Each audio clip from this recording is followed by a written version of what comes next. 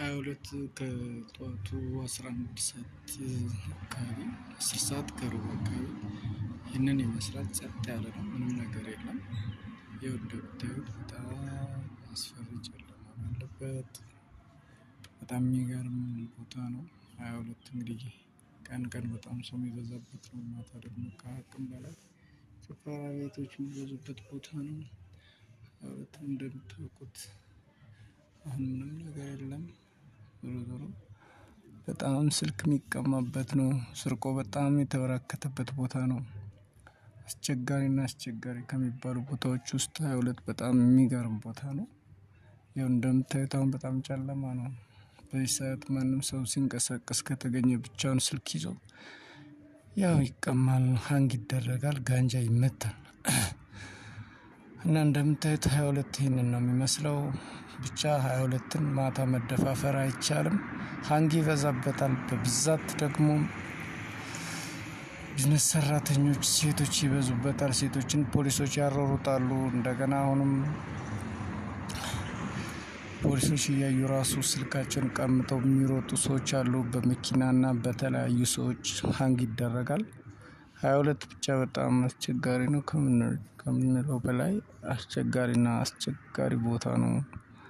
22ን እንደሚያውቀው ያውቀዋል። አሁን የምንገኝበት ቦታ ከጎላጎል ወደ ቦሌ መዣ መስመር ነው። ያው በተለምዶ ጅቡቲ መስመር ይባላል። ስትሬት ላይ ይባላል። እና 22 አስቸጋሪ ከምንለው በላይ አስቸጋሪ ቦታ ነው። ማድረግ ያስፈልጋል።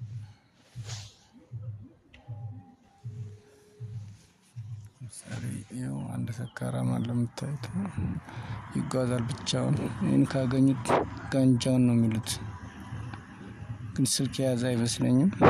ልጁም ራሱ ሌባ ነው የሚመስል። ደካማ ሴቶችን ካገኙ የመስረቅ አቅም አለው። ላዳ ቆሟል። ያው እንደምታዩት በጣም ከባድ ቦታ ነው 22። ጭፈራ ቤት የበዛበትን ጸጥ ያለ ነው። ነገር የለም።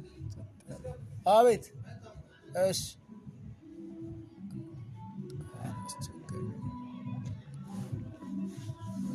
በዚህ ምንም ሰው የለም። ቀን ደግሞ ጭራሽ የእግር መረገጫ አታገኝም።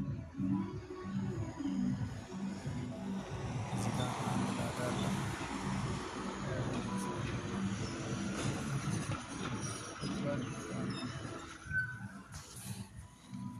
ከባድ ከምንለው በላይ ከባድ ቦታ፣ ከባድ አስቸጋሪ ቦታ ነው።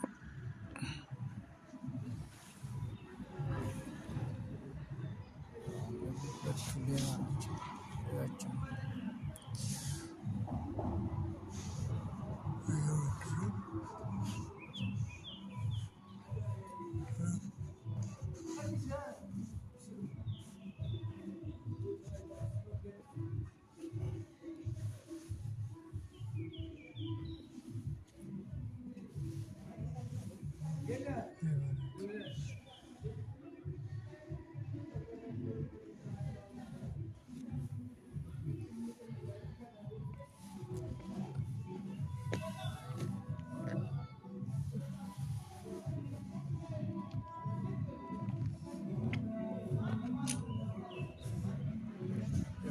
እየፈለጉ ነው።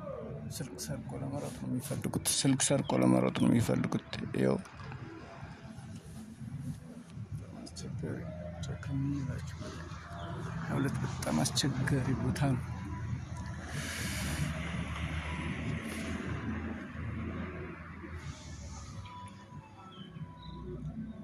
ከባድ ቦታ ነው ላችሁ